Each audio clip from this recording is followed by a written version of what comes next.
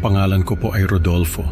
Matagal ko nang gustong maibahagi ang kwento na ito pero hindi ko magawa. Kasi sobrang sakit pa rin sa akin ang nangyari. Para bang may parte sa akin na gusto na lang kalimutan lahat pero hindi ko magawa. Kaya lang parang may bumubulong sa akin na kailangan kong ilabas ito para kahit paano ay mapawasan yung bigat na dinadala ko. Sana ay makinig kayo sa kwento ko.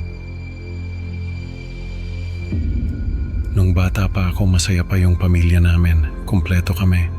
May nanay at itatay. Tapos kaming magkapatid ng kapatid kong si Lando. Si Lando ang bunso sa amin. Ako ang panganay.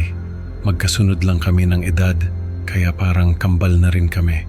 Laging magkasama. Laging naglalaro. Hanggang sa isang araw nagkasakit si Lando. Hindi maipaliwanag yung sakit niya. Basta unti-unti siyang nanghina. Hindi na makalakad. Hindi na makapagsalita. Halos araw-araw ay dinadala siya sa doktor. Pero walang makapagsabi kung ano ba talaga ang sakit niya. Yung tatay namin hindi kinaya yung nangyari kay Lando. Nagsimulang magbisyo. Hanggang sa tuluyan na kaming iniwan. Si mama naman nagtrabaho sa Maynila. Naiwan ako para mag-alaga kay Lando. Lumipat kami ng bahay, yung mas mura ang upa. Lumang-luma na yung bahay na nakuha namin. Malapit pa sa kagubatan. Pagpasok pa lang namin, ramdam mo na yung kakaibang lamig sa loob. Parang may mga matang nakatingin sa amin mula sa dilim. Sabi ni Mama, lilipat lang kami doon pansamantala. Kapag nakaluwag-luwag na raw siya sa trabaho ay lilipat din kami sa Maynila. Pero hindi na nangyari yon. Nung unang dating namin sa bahay na yon, naramdaman ko na agad na may kakaiba. Hindi ko lang pinansin kasi ang nasa isip ko noon ay makakatulong sa amin yung bagong bahay para makalimutan yung mga problema namin. Isang araw naglalaro ako sa likod ng bahay. Naghuhukay ako noon kasi gusto kong gumawa ng swimming pool. Nakailang hukay pa lang ako ng pala nung may tinamaan akong matigas. Nung hukayin ko, nakita ko na may nakabaon na krus doon. Libingan pala. Natakot ako, kaya tinabunan ko ulit. Tapos nagdasal ako sana ay hindi magalit yung nakalibing doon. Lumipas ang mga araw. Unti-unti kong nakalimutan yung tungkol sa libingan. Isang hapon, nakaupo ako sa ilalim ng puno sa harap ng bahay.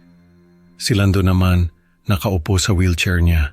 May hawak siyang libro, kahit hindi naman niya mabasa. Tapos bigla siyang tumayo.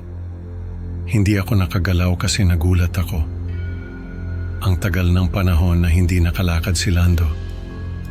Tapos ngayon, bigla siyang tumayo. Nakita ko na nakatingin siya sa isang direksyon. Sinundan ko ng tingin.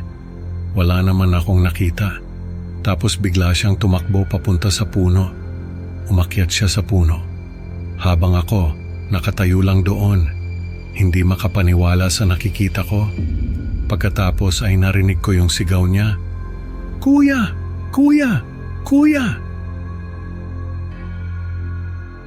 Naiiyak na ako noon kasi ilang taon ko nang hindi naririnig na magsalita si Lando. Tapos ngayon tinatawag niya ako. Tinawag ko rin siya. Sabi ko, bumaba na siya. Pero hindi ko pa natatapos yung sasabihin ko ay nahulog na siya. Tumakbo ako papunta sa kanya. Nakahiga siya sa damuhan, nakangiti. Tapos sabi niya sa akin, "Kuya, nakita mo ba yung babae?" Dinala ko siya sa loob ng bahay. Tapos tinanong ko kung sino yung babae na tinutukoy niya. Sabi ni Lando, may babae raw na nakaputi na nakatayo sa tapat ng bahay. Tinatawag daw siya nito. Kaya siya tumayo. Tapos nung nasa itaas na raw siya ng puno, ay nakita niya na may mga bata na naglalaro sa kagubatan. Tinawag niya raw ako para ipakita yung mga bata. Pero nahulog na siya. Hindi ko alam kung ano yung nakita ni Lando.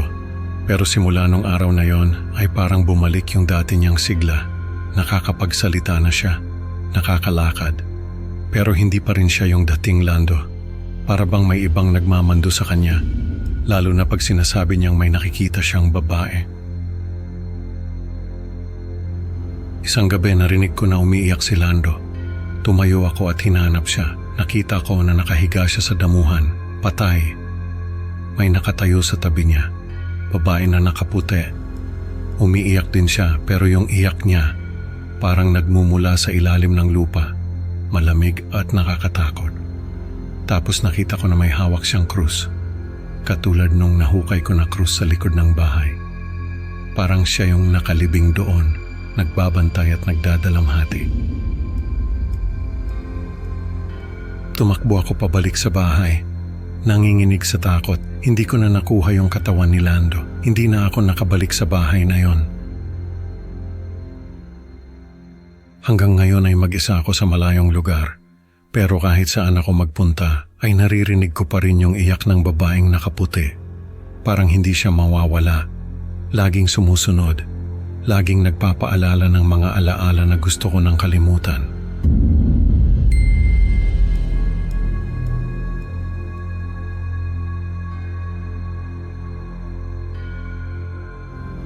May kwento raw ang lolo ko na noon pa man ay kinatatakutan na ng mga nakakarinig. Kwento ito ng karanasan niya sa isang diwata. Noon daw ay wala pang mga recording, kaya ang kwento ni lolo ay naipapasalang sa pamamagitan ng pagkukwento niya sa mga nakikinig sa kanya. Nung magkaroon ng mga recording device, ay naisipan ni lolo na i-record ang kwento niya. Pero hindi niya natapos ang buong kwento dahil natakot siya at naluha. Nakita ko yung recording na yon sa bahay namin nung maglinis ako ng lumang bodega.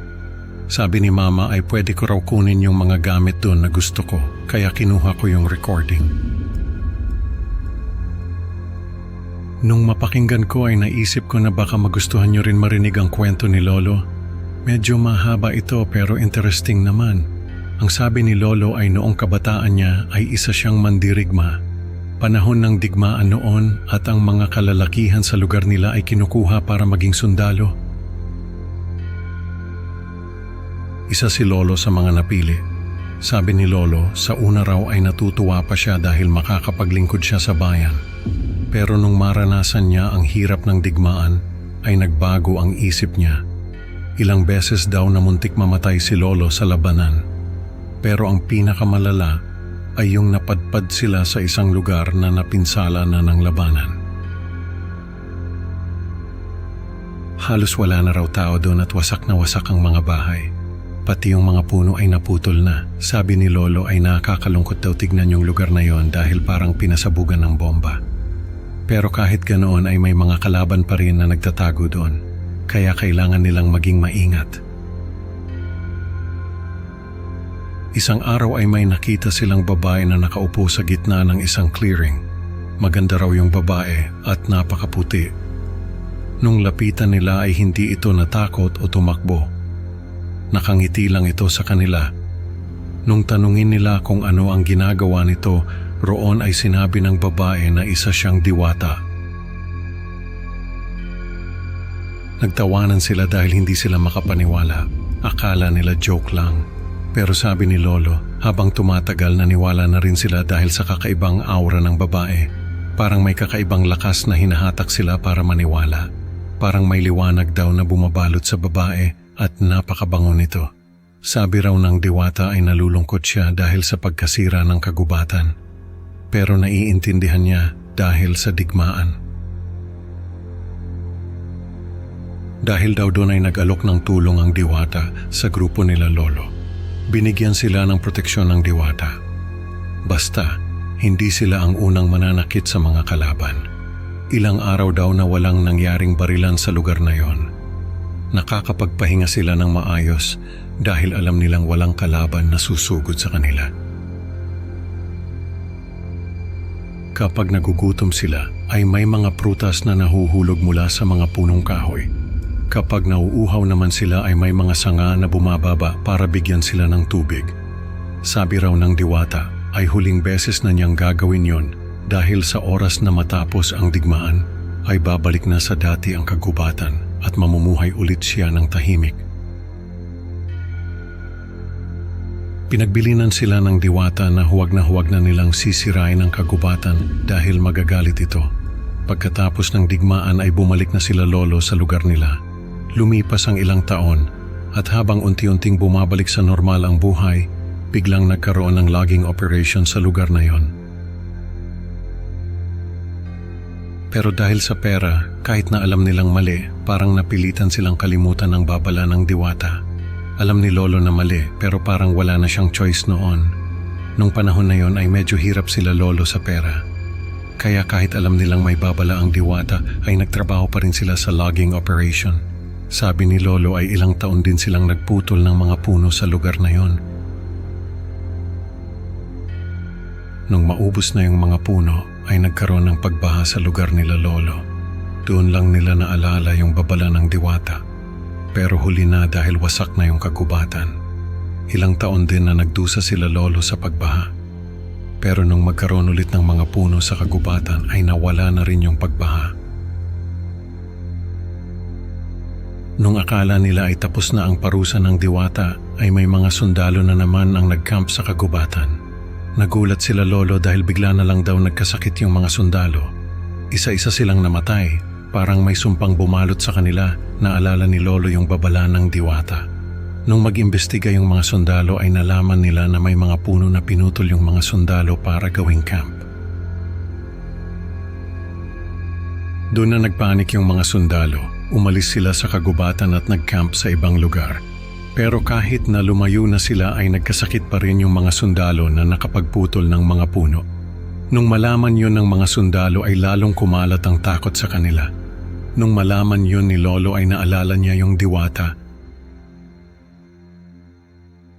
Naalala niya yung babala nito. Doon na raw nagsimula na bangungutin si lolo. Lagi raw niyang napapanaginipan yung diwata. Sinasabi raw nito na may kasalanan siya sa nangyayari. Dahil kung hindi sila nagputol ng mga puno noon, ay hindi rin magpapaputol ng puno yung mga sundalo dahil wala na silang mapuputol. Nung magising si lolo ay may nakita siyang diwata sa kwarto niya. Nakatingin daw ito sa kanya at umiiyak. Nagdasal si lolo at pumikit. Nung dumilat siya ay wala na yung diwata. Simula noon ay lagi na raw niyang nakikita yung diwata. Kapag natutulog siya, lagi niyang nakikita yung diwata na nakatayo sa paanan ng kama niya. Nakatingin sa kanya na parang may sinasabi. Nakakatakot yung itsura niya. Parang laging may gustong iparating na hindi niya masabi. Kapag naglalakad siya sa labas ay makikita niya ito sa mga puno. Kapag kumakain siya ay makikita niya ito sa bintana. Lagi raw itong nakatingin sa kanya at umiiyak. Doon na nagpasya si lolo na i-record yung kwento niya. Akala niya kasi ay makakagaan sa pakiramdam niya kapag may nakarinig ng kwento niya. Pero hindi pala. Habang nagre-record si lolo ay nakita na naman niya yung diwata. Nakaupo raw ito sa tabi niya at nakikinig sa kanya. Doon na natakot si lolo at naluha. Pinatay niya yung recorder at lumabas ng bahay. Hindi na niya natapos yung kwento. Sabi ni mama ay umalis daw si lolo noon. Pumunta sa simbahan at doon natulog. Pagbalik niya kinabukasan ay sabi niya kay mama na hindi na siya magkwento tungkol sa diwata dahil natatakot siya. Ilang buwan din na hindi maayos ang tulog ni lolo. Lagi siyang binabangungot at nagigising na umiiyak. Hanggang sa isang araw ay nagising na lang si mama na wala na si lolo. Namatay siya habang natutulog. Sabi ni mama ay nakangiti raw si lolo nung makita nila, kaya kahit papaano ay gumaan yung pakiramdam nila. Ako naman ay na-curious sa kwento ni lolo. Gusto kong malaman kung sino ba yung diwata na sinasabi niya. Ano yung lugar na pinuntahan nila noon at kung ano yung logging operation na pinasukan nila. Kaya nagdesisyon ako na ipagpatuloy yung kwento ni lolo. Gusto kong malaman ang buong katotohanan at parang may tungkulin akong tapusin ang sinimulan niya. Kung may mga nakakaalam sa inyo ng kwento ni lolo ay paki-message na lang ako para malaman ko kung ano ba talaga ang nangyari noon. Nakakatakot isipin na may mga nilalang pala na nakikihalubilo sa atin. Hindi natin alam kung ano ang mga babala na ibinibigay nila sa atin. Pero ang alam natin ay kapag nilabag natin ang mga babalang yon ay siguradong mapapahamak tayo. Sana ay magsilbing aral ito sa lahat ng makakarinig.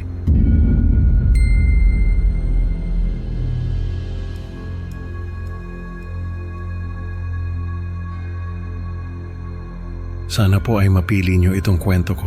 Tawagin nyo na lang po akong Ben. Ito ay nangyari noong 12 years old pa lang ako. Nagstay ako sa isang dormitoryo na may napakalaking misteryo. Hindi ko alam kung may nakakaalam ba sa misteryo na yon, pero ako, alam ko dahil naranasan ko mismo. Nagstay ako sa dormitoryo na yon ng 1 buwan, pero sa 1 buwan na yon ay napakarami kong naranasan na takot. Una kong gabi dun sa dormitoryo, may narinig ako na music box na tumutunog. Para siyang music box na sobrang lumana at ang tunog ay parang umaalingaw-ngaw sa mga dingding. Yung tunog, para bang galing sa ilalim ng lupa, sobrang luma at parang may bumubulong sa dilim. Hindi ko pinansin yung music box, inisip ko na lang na baka may gumagamit noon sa ibang kwarto. Habang tumatagal yung pagtira ko sa dormitoryo, napapansin ko na may malamig na hangin na umiikot sa buong building. Hindi naman aircon yung buong building at hindi rin naman winter noon. Kaya nagtataka ako kung saan nanggagaling yung malamig na hangin, pero sa tingin ko, may kinalaman ito kay Marie. Tsaka may mga pagkakataon na parang may mga anino sa gilid ng mata ko. At naririnig ko yung mga tawa ng bata na nagmumula sa isang bahagi ng dormitoryo na matagal nang nakasara. Parang may mga nagmamasid sa akin sa dilim. Sabi ng may-ari ng dormitoryo, may nangyaring krimen daw sa kwarto na yon kaya nila pinasara. Isang beses na nagbabasa ako ng libro, nakaramdam ako na may nakatingin sa akin. Paglingon ko, may nakita ako na batang babae na nakasilip sa bintana. Nakangiti siya sa akin. Tumayo ako at binuksan yung bintana. Pero pagtingin ko sa labas, wala na yung batang babae. Magmula noon, lagi ko nang nakikita yung batang babae na yon. Lagi siyang nakasilip sa bintana. Lagi siyang nakangiti sa akin.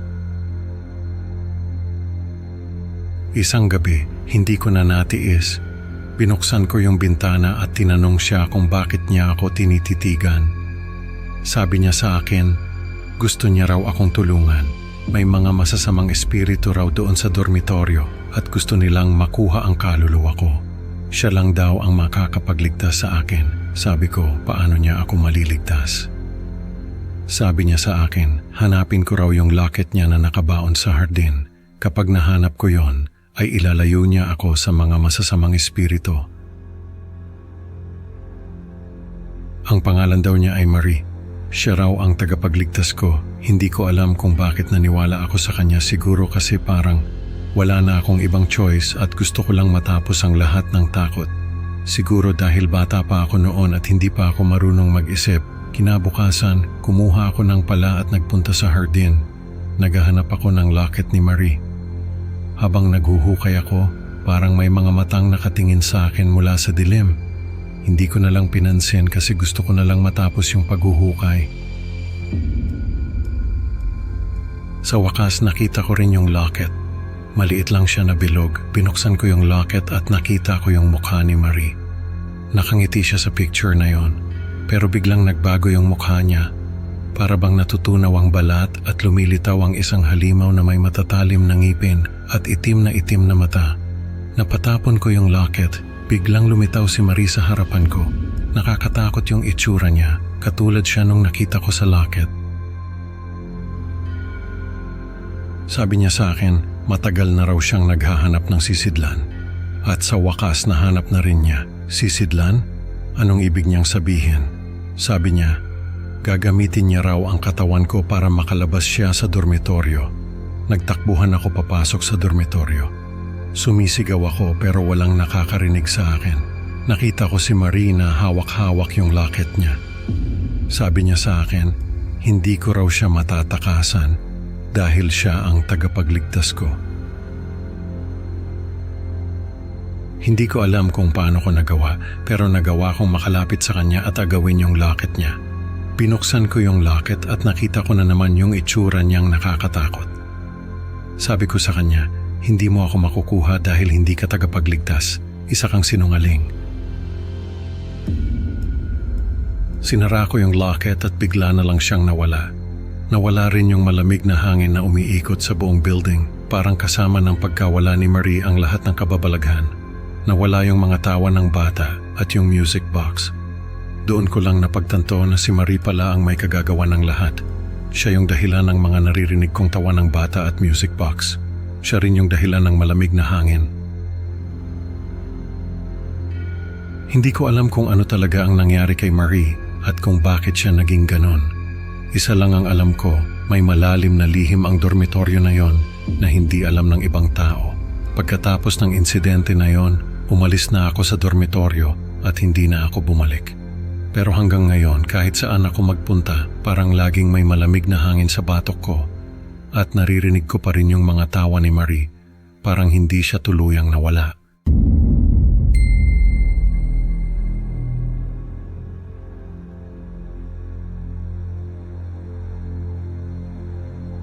Bilang historian, marami na akong napuntahang lugar sa Pilipinas para mag-research sa mga bagay na may kinalaman sa kasaysayan. Pero sa lahat ng napuntahan ko, ang pinakamahirap ay yung sa sarili naming bayan. May hinahanap akong anting-anting na tinatawag na ilaw ng buwan. Sabi, ito raw ay proteksyon laban sa dilim.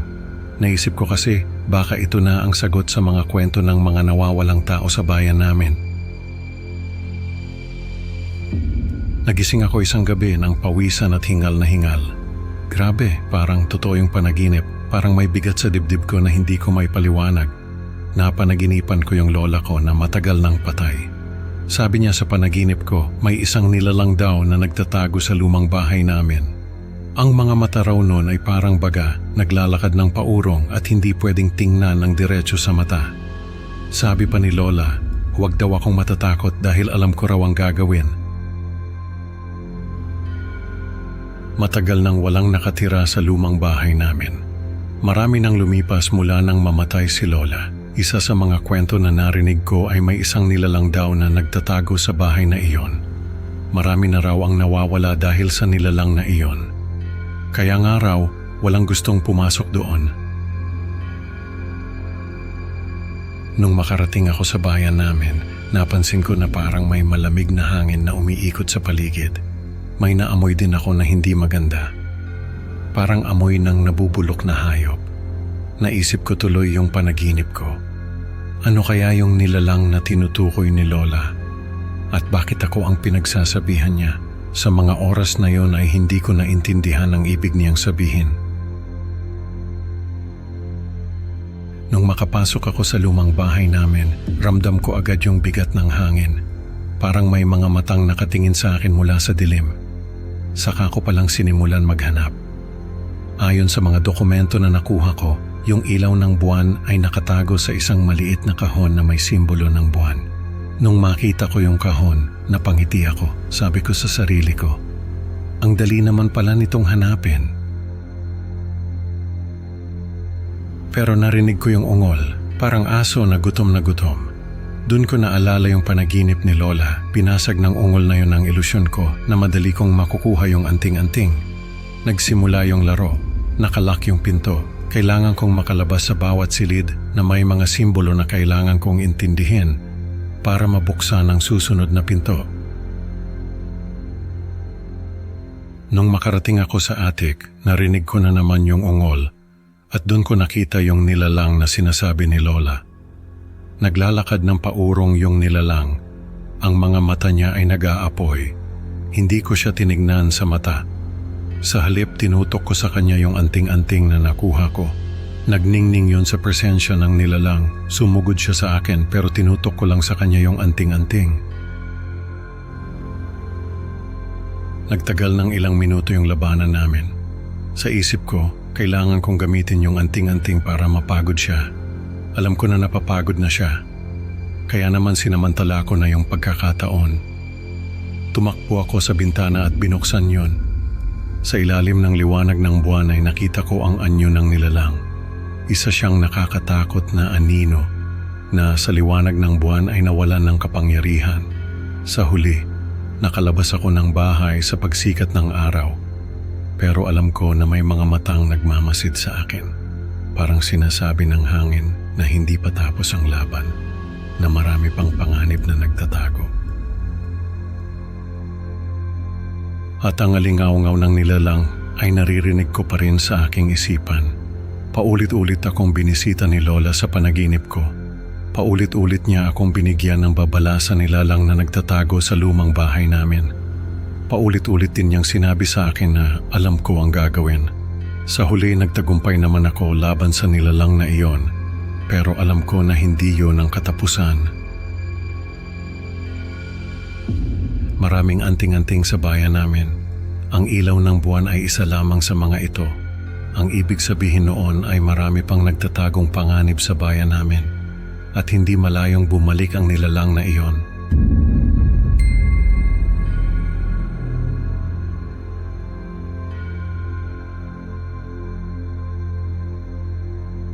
Noong 2001, nagretiro na ako sa pagtuturo. Nasa 60s na ako noon. Tapos ay nagdesisyon na umuwi sa probinsya. Ang probinsya namin ay nasa isang liblib na lugar. Hindi ko na lang babanggitin kung saan dahil baka hindi nyo rin naman kilala. Ang probinsya namin ay nasa isang isla, nasa dulo ng dulo. Sabi nga ng iba, kapag lumampas ka pa sa isla namin, ay baka sa Bermuda Triangle ka na makarating. Nag-iisang teacher ako sa lugar namin na nakapagturo sa Maynila. Kaya naman kilala ako sa buong isla. Hindi naman sa pagmamayabang. Pagkabalik ko sa amin, ay doon na ako tumira sa bahay ng lola ko. Siya kasi ang nagpalaki sa akin at nung mamatay siya, ako ang nagmana ng bahay at ng lupa niya. May mga kwento na tungkol sa bahay ni lola. Dati, nung bata pa ako, hindi ko talaga pinapansin yung mga kwento. Para sa akin, mga kwento lang yun na pangtakot sa bata. Pero nung tumanda ako at nagkaisip, ay napagtanto ko na hindi naman pala imposible yung mga kwento. Isa sa mga kinatatakutan sa lugar namin ay ang tiktik. Hindi ko alam kung anong klaseng aswang ang tiktik. Basta ang alam ko ay mahaba ang dila nito at may tunog na tiktik kapag lumilipad. Pagkarating ko sa amin, unang gabi pa lang, ang dilim-dilim na tapos ang tahimik ng paligid. Tapos biglang narinig ko yung tunog na kinatakutan ko nung bata pa ako. Parang may malamig na hangin na dumaan sa likod ko. Tik-tik! Tik-tik! Tik-tik!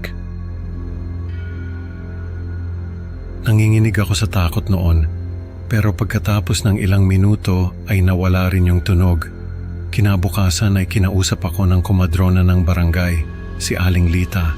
Buntis siya noon sa bunso niyang anak.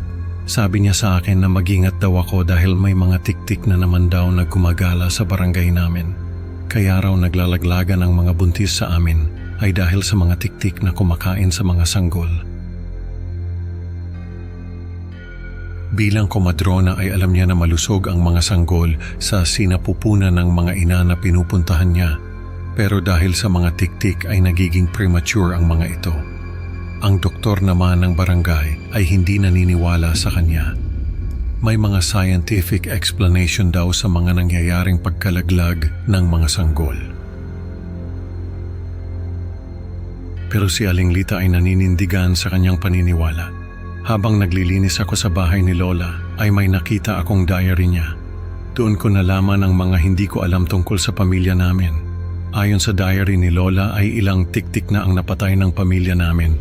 Ang mga tiktik daw ay may kakayahang magbago ng anyo, kaya hindi mo alam kung sino sa mga kapitbahay mo ang isa sa kanila.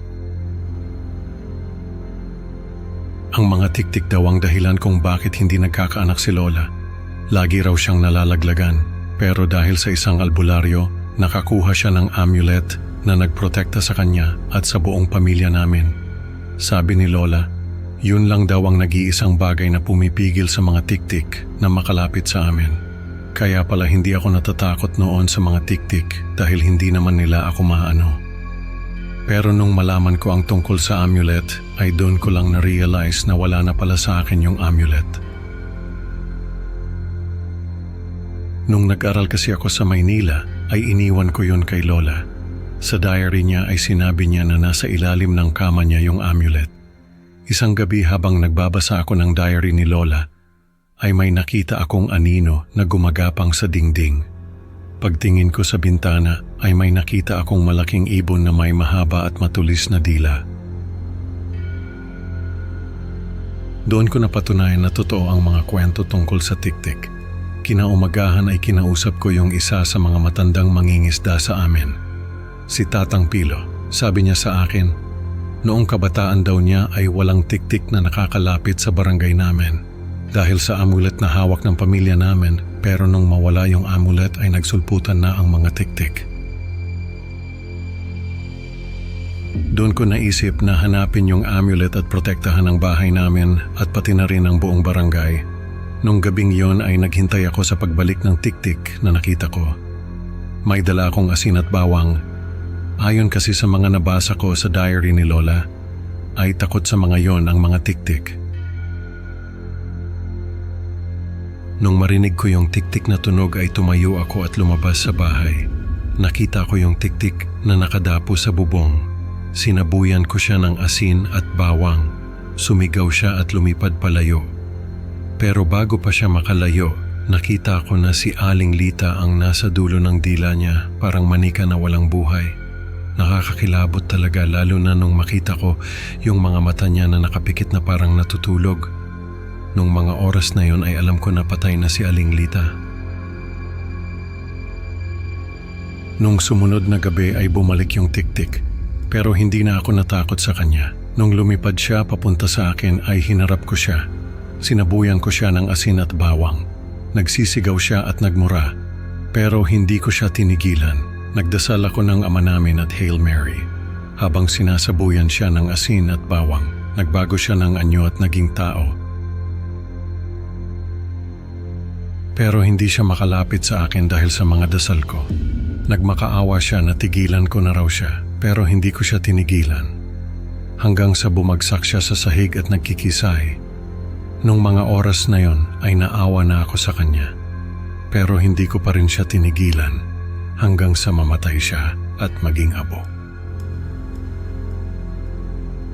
Bago siya maging abo, nakita ko ang mukha niya. Si Lolo na nawala at hindi na nakita pa. Grabe ang sakit sa dibdib. Paano kung may magawa pa ako para mailigtas siya? Pero wala na kailangan kong protektahan ang barangay namin. Nung makita ko yung amulet na nasa ilalim ng kama ni Lola, ay doon ko lang napagtanto na hindi ko pala nailigtas si Aling Lita. Kung nakuha ko yon bago pa man dumating yung tiktik, ay baka buhay pa siya at ang sanggol niya. Pero huli na ang lahat. Sa ngayon, ako na ang tagapagtanggol ng barangay namin. Hindi ko hahayaang may mangyari pa sa mga kabarangay ko.